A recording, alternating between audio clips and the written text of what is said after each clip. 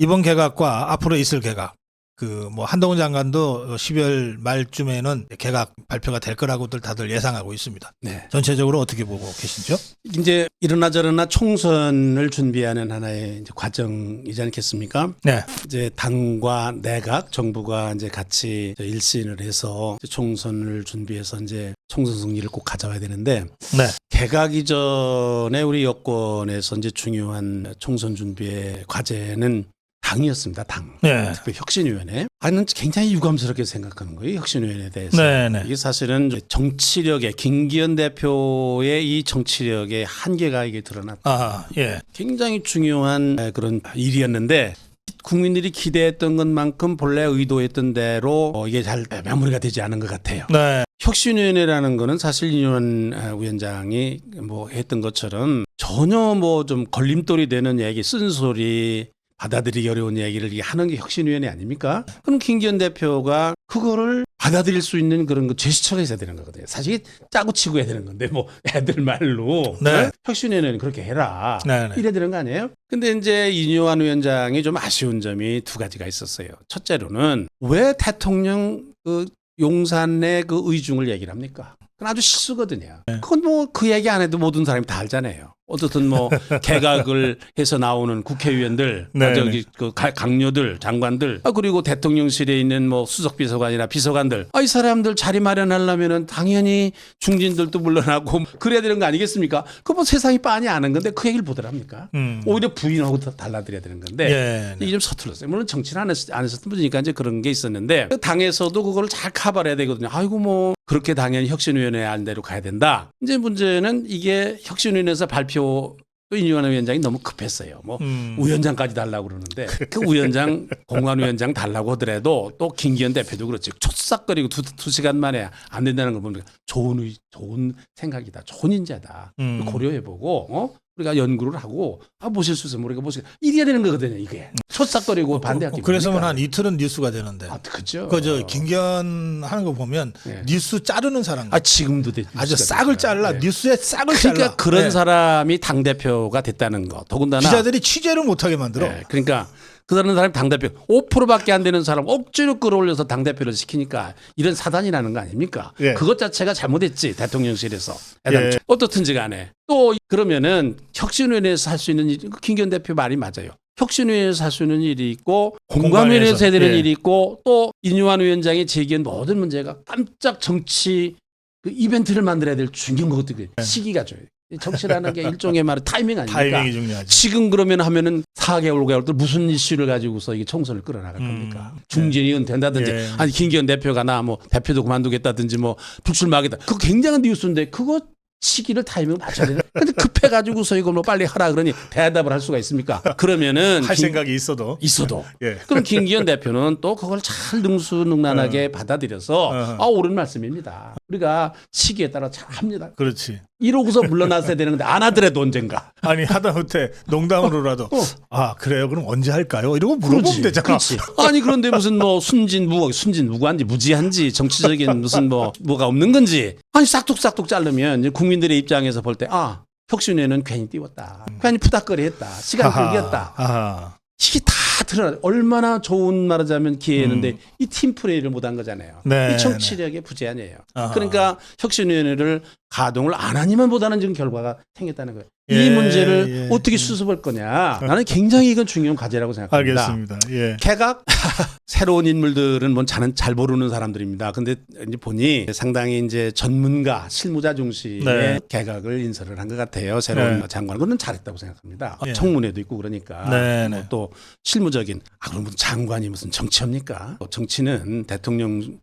중심제하에서 총리 실세 총리 그거 수도 없이 주장하지만 그거 되는 거 보셨습니까? 더군다나 장관이 무슨 정치를 한다. 난 예. 그건 아니라고 생각합니다. 네. 그러니까 나는 그 인선은 잠본 안 했다. 난 잘 알진 못하지만 이제 그렇게 생각이 드는데 나온 사람들이 문제인 것 같아요.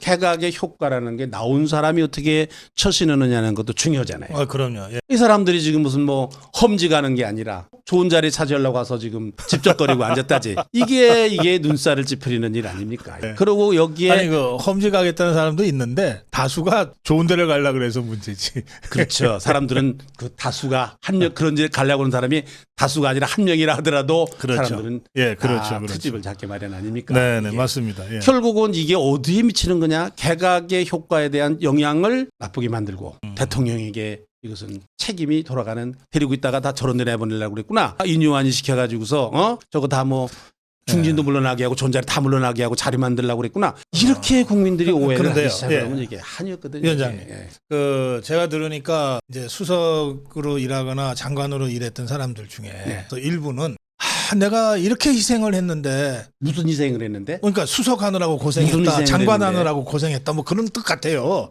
내가 이렇게 희생을 했는데 또 희생하라고 내가 라고 한다는 사람 하는 사람이 있다는 거예요. 내가 수석 중에 희생했다는 사람 난 잘 기억이 안 나요. 무슨 희생을 했는데 그 사람들이 좋은 자리 누리고 제대로 일했어요? 제대로 일을 했으면 대통령이 48%로 당선이 됐는데 어떻게 대통령을 보좌하고 모셨길래 35% 지지율이 됐어요? 제대로 일을 했으면 그렇게 나와요? 물론 뭐 국회도 당도 잘했어야 되고 그렇지만 직접적으로는 수석들의 보좌가 문제가 있었던 거 아니에요. 예. 예? 이번에 사실은 그 부산 엑스포가 저기 무산됐는데 무산된 거야 뭐 그럴 수 있다고 하지만 대통령이 100여 개 국가의 정상을 만났다는 거예요. 예. 대통령이 그 나라의 정상을 만났다 그러면 모든 문제가 사전에 다 실무적으로 합의가 된 다음에 상징적으로 만나는 게 돼야 되는 거 아니에요. 그렇죠. 예? 그걸 누가 해야 되느냐?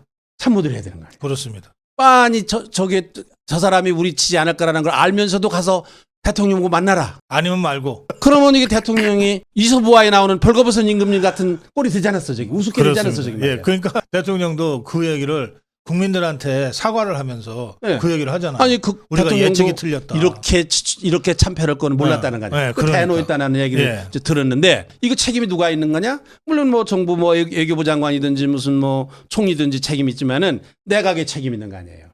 비서실에. 비서실이 책임. 예, 대통령 비서실. 대통령 비서실이 책임 있는 예, 거 아니에요. 그렇습니다. 예. 가시면 안 됩니다 거기. 만나봐야 헛겁니다. 아니 그 바쁘신 대통령이 나가가지고서 왜 쓸데없이 예? 정상들을 만나서 헛수고를 합니까? 그럼 그 상대방 정상들이 얼마나 우습게 받겠습니까? 이미 다 결정을 했는데 뭐들어 또 만나요 대통령이 한 나라의 대통령이 우리나라가 보통 또 나라입니까 이게? 이런 말하자면 대통령에 대해서 이렇게 좀 잘못 모신 거지. 그래요. 예. 망신을 준 거지 말하자면. 이거 누구 책임이냐? 대통령 비서실의 책임이 있는 거거든요. 네. 그런데 대통령 비서실장은 그대로 남아있어? 총 책임을 져야 될 사람이? 내각이고 뭐고 개편이고 뭐고 잘못됐어요. 그다음에 수석비서관 들어간 것도 보니까 네. 황상무가 뭐 하는 사람인데 그 사람이 시민사회 수석입니까? 앵커든 사람이 뭔 일로 시민사회 수석이냐고. 저도 앵커예요. 아니 앵커 다르지. 앵커도 앵커 나름이지. 아니 그다음에 또 봐. 정무수석이라는 사람은 최소한도 3선급 이상이 돼야 되는 거예요. 왜? 야당 국회의원들을 만나야 되는 거 아니에요. 그 국회의원을 뭐 3선쯤이나 그렇죠. 해야 예. 돼야 말이 통하는 거 아니에요. 예. 한 번도 뭐 국회의원 가본 줄도 아는 사람을 정무수석을 시킨다? 그 된 겁니까 그게? 아니 뭐 우리가 뭐 윤석열 대통령을 근본적으로 지지하고 그러는 사람도 얘기를 하지만은 그래도 잘못하는 건 잘못하는 거지. 난 굉장히 실망했어요. 이번 대통령실의 비서들 진용을 하는 걸 보고 난 굉장히 실망을 많이 했어요. 네. 예. 또 내각은 더 두고 보기는 해야지만은 들리는 소문으로 뭐 누구 좋은 자리 놓고 다툰다. 수석 얻은 사람끼리도 뭐 장관 얻은 사람, 수석 얻은 사람들끼리도 한 지역구를 놓고 노른자 지역구를 놓고 다툰다. 그거 눈살 찌푸리게 하는 일이지 대통령 욕 보이는 일이지. 네. 대통령 덕으로 지가 장관도 하고 수석도 했으면은 대통령 뜻받들어서 한석이라도 더 보탤 수 있는 곳에 자기들이 가겠다 이래야 되는 거 아니에요? 그 되겠습니까 그게? 그래가지고 총선 치러요? 알겠습니다. 내가 너무 아닙니다. 흥분했어. 예. 그게 아닙니다. 이렇게 하면 네, 총선 칩니다. 네. 그러면 윤 대통령 어렵습니다. 지금 어쨌든 연합비례정당 네. 좌파 종북 주사파들이 더불어민주당이 위성정당을 만들지 어떨지는 모르겠지만 조추송 미운당은 거의 하는 것 같아요. 조추송 예, 미운당 그리고 여기에 뭐 정의당, 녹색당, 노동당, 진보당 뭐 이런 등등해서 연합비례정당을 하겠다는 거거든요. 네. 이게 선거법은 지금 어떻게든 다시 옛날의 병립형으로 돌아가려고 할 거라고 예상하셨는데 예. 아직은 아니니까 이런 상태에서 저는 우리도 3년 반 전에는 위성비례정당 미래한국당 만들어서 우리가 정당 투표에서 1등을 했는데 그렇게 다시 만들 상황이 되면 만들어야 되겠지만 그보다는 이미 자유통일당, 자유민주당, 우리공화당 그리고 태극기 애국 세력들이 있는데 이들이 자유파의 비례정당을 하면 위성이라는 말도 우리가 쓸 필요가 없지 않냐. 그래서 지역은 2번, 뭐 비례는 4번 한다든지 이런 식으로 대응 태세를 좀 갖출 필요가 있지 않냐 이런 생각을 좀 개인적으로 하는데 네. 그 위원장님 이 부분은 어떻게 생각하세요? 자유파의 대타협이 필요합니다. 협상이 예. 필요합니다. 정치 네. 협상이. 네. 현실적으로 자유통일당도 있고 공화당도 있고 뭐 또 네. 민주당도 있잖아요. 예, 자유민주당, 예, 자유민주당, 자유통일당, 우리공화당. 예. 그런데 그런 그 정당이 있는 거고 우리 자유파를 일어나 이만큼 유지를 하는 그런 공이 그들에게 있는 거예요. 예, 자유민주당의 고영주 대표가 신문에 그동안에 계속 광고를 많이 했어요. 아주 효과적인 선거. 그렇습니다. 예. 프레카드 정치를 그럼요. 진짜 잘해요. 아주 지혜롭게 했어요. 예, 예. 할 수 있는 그 소수 정당으로서 네, 네. 할 수 있는 최대 일을 해서 우리 자유파를 뒷받침했어요. 그리고 사실 문재인과 제일 먼저 맞짱 뜬 사람 아닙니까? 또 고영주죠. 그 다음에 무슨 뭐 전광훈 목사 뭐 더 말할 것도 없고. 네, 네.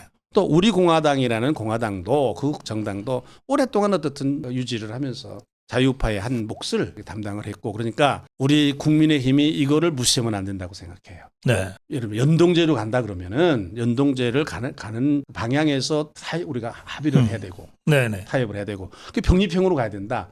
그런 경우라 하더라도 지역구와 비례대표를 놓고 대타협을 해야 된다고. 협상을 해야 된다고 생각해요. 네. 이제 문제는 누가 주도가 돼서 그거를 할 거냐. 그리고 최대의 지상 과제는 좌파의 의회 독재를 막는 겁니다. 네. 이거 좌파가 지금처럼 의회 독재를 하면은요 무슨 일이 우리나라에 일어날지 몰라요. 네.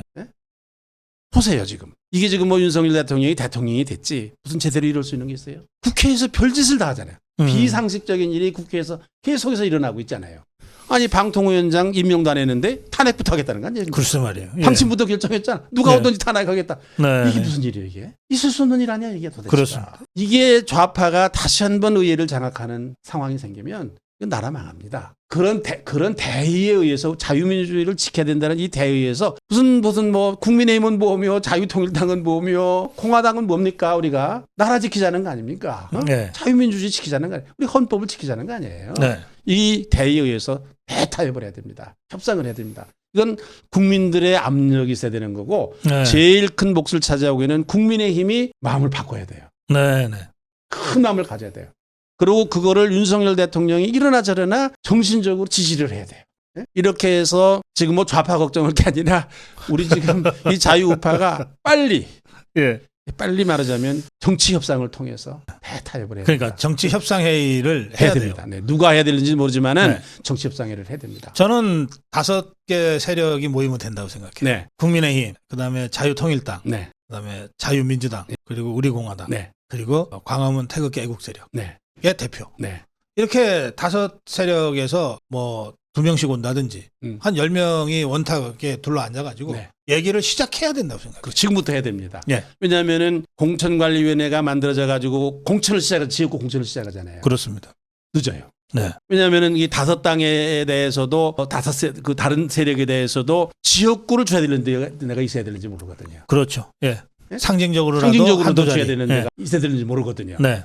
진출시켜야 됩니다. 사실은 당선될 만한 지역에 네. 줘야 됩니다. 배려를 해야 됩니다. 그렇죠. 그래서 이 사람들이 와야 네. 돌아와야 이 분열되어 있는 자유파 세력이 하나가 될 수 있습니다. 그다음에 뭐 또 중요한 거는 이제 비례대표죠. 네. 뭐 이런 거를 통해 가지고서 우리가 대타협 협상을 해야 된다고 생각해요. 정치라는 게 협상이고 타협이니까요. 알겠습니다. 뭐냐면은 자유파의 승리를 위해서입니다. 예, 시간이 다 돼서 오늘 마무리 한 말씀만 더 듣겠습니다. 염려되는 바가 많아요. 예. 그러니까 이제 이게 쓴소리라는 것도 이달 말까지 하면 끝날 것 같아요. 더 이상 잘못하더라도 쓴소리 못 해요. 예. 국민들에게 미치는 영향이 있기 때문에 그렇죠. 쓴소리 예. 못 합니다. 그러니까 정신 차리셔야 됩니다. 대통령실도 정신 차려서 저런 식으로 하면 안 되고 지금이라도 나는 김대기 비서실장 몇 사람 고쳐야 된다고 생각합니다. 예. 교체해야 된다고 생각. 아니 고쳐야지. 아니 그 다음에 이거에 대한 책임지는 사람이 있어야지. 누군가 책임졌다는 사람이 없잖아요. 대통령만 사과를 했지. 장성민이 예. 이 사람 최고 책임져야 될 사람이에요. 그렇습니다. 이 사람 어떻게 됐다는 얘기 못 들었어요. 그 다음에 개각 수석 임명을 했지만 나 생각으로 투선한 사람 교체해야 돼요. 사람이 문제입니까? 자유파가 승리해야지. 또 지금 윤석열 대통령을 우리가 대통령으로 아니 문재인 정부의 검찰총장 하던 사람을 우리가 대통령으로 모셨다. 뭡니까? 공정과 상식 때문에 모인 거거든요. 네. 상식적으로 맞는 거예요, 이 인사가? 공정해요, 이 인사가? 나는 대통령실부터 나는 새롭게 세팅을 다시 해야 된다고 생각하고 더 중요한 건 당이에요. 이제 김기현 대표를 이거 어떻게 할 거냐. 네, 네. 김기현 대표가 정말 지금이야말로 살신성인을 하는 자세를 가져야 된다고 생각해요. 예. 난 죽어도 대표해야 되겠다. 그 생각 가지면은 총선 안 돼요. 알겠습니다. 정신들 차려서 이봐요. 당신들 그 자리에 앉아가지고 나를 망치면 안 됩니다. 그 죄를 어떻게 하려고 그럽니까? 정신 차려서 자기 자리 유지하려고 그러지 말고 스스로 자리가 안 되면 물러나기도 하고 대통령께 그렇게 해서 당도 마찬가지고 대통령 측근들도 마찬가지고 뭐 심기일전을 해야 될 때가 왔다. 저는 그렇게 생각합니다. 네. 알겠습니다. 우리 임명진 위원장님 아까 이런 말씀하셨어요. 며칠 지나면은 이제 쓴소리도 못한다. 수술이 못합니다. 그런 마음이세요. 임명진 위원장님이 지금 거의 마지막으로 진짜 쓴소리 하고 계세요. 그 다음에 이제, 칭찬해야 돼요. 예, 며칠 지나면 잘못해도 잘했다 그러고 가야 될 상황이 벌어지거든요. 그렇죠. 예, 그런 점들을 여러분들이 좀 잘 이해를 하시면 좋겠습니다. 네, 오늘 말씀 잘 들었습니다. 고맙습니다.